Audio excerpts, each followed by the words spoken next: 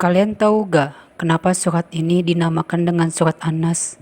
Terus surat ini menjelaskan tentang apa sih? Untuk penjelasan surat ini, ada baiknya dengarkan dulu lantunan surat ini yang dilantunkan oleh Syekh Ahmad Al-Salabi.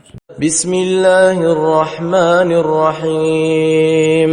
Qul a'udzu birabbin nas, malikin nas, ilahin nas, min syarril waswasil khannas, الذي يوسوس في صدور الناس من الجنة والناس.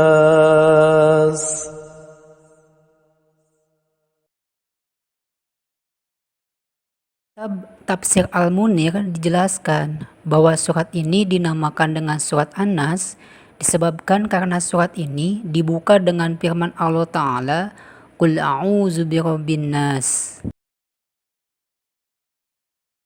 Dari 3 ayat ini adalah hendaklah kita berlindung kepada Tuhan yang memelihara manusia, yang menjadi raja bagi manusia, yang menjadi Tuhan bagi manusia. Setiap pekerjaan, usaha, beramal, dan setiap keperluan hidup kita, hendaklah kita berserah dan berlindung kepada Allah, sebab Ia adalah Rabbin Nas, yang mengurus manusia. Memelihara manusia dengan memberi rizki kepadanya tanpa henti.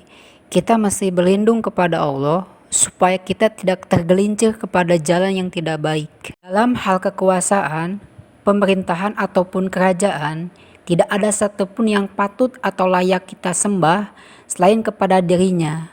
Sebab Allah itu adalah Malikin Nas, rajanya manusia, memerintahkan manusia dengan hukum-hukum yang adil dan suci. Dan di dalam hal peribadahan dan ketuhanan, tidak ada yang patut dan layak kita mengharap selain kepadanya, sebab Ia adalah Ilahin Nas, Tuhannya manusia. Ia telah menurunkan agamanya yang mengandung pengajaran bagaimana cara kita semestinya beribadah kepadanya, supaya mendapat kebersihan dan kesucian, baik yang tampak dan tersembunyi, serta mendapatkan kejayaan di dunia dan akhirat kelak. Kata al-waswas itu artinya pembisik. Maksudnya sesuatu kekuasaan yang membisik atau mengajak kita kepada kejahatan. Sedangkan kata al-khonnas itu artinya menunggu peluang. Maksudnya suatu kekuatan yang menunggu waktu yang dirasa baik untuk memasukkan suatu ajaran kepada hati manusia. Kata al-jinnati itu artinya jin, setan, iblis, dan lain-lain makhluk yang tak bisa dilihat oleh mata biasa, yang mempunyai kekuatan untuk mengacaukan dan menggelincirkan hati manusia. 3 ayat ini dan 3 ayat sebelumnya menjelaskan bahwa kita mesti berlindung kepada Allah yang memelihara manusia, yang menjadi raja manusia, dan yang menjadi Tuhan yang patut disembah oleh manusia, dari kejahatan jin dan manusia yang menunggu peluang lalainya kita untuk membisikkan kejahatan dan kekeliruan di hati manusia. Kejahatan yang dibisikkan kepada manusia itu bermacam-macam. Pertama, kejahatan yang terang atau jelas, seperti menipu, mencuri, berzina, dan lain-lainnya, yang termasuk kepada maksiat yang dilarang oleh agama. Kedua, kejahatan yang datangnya dari jalan kebaikan, seperti dibisikkan kepada kita suatu urusan yang tampak pada pandangan kita itu baik.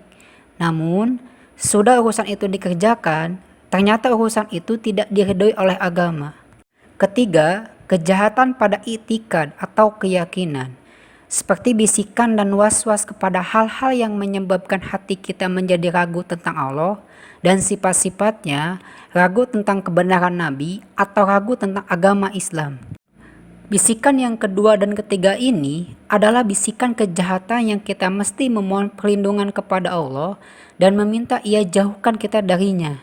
Sebab keduanya itu datang kepada kita, sedangkan kita terlalu lemah untuk menghindarinya. Bahkan boleh jadi kita tidak bisa menolak ketika datangnya.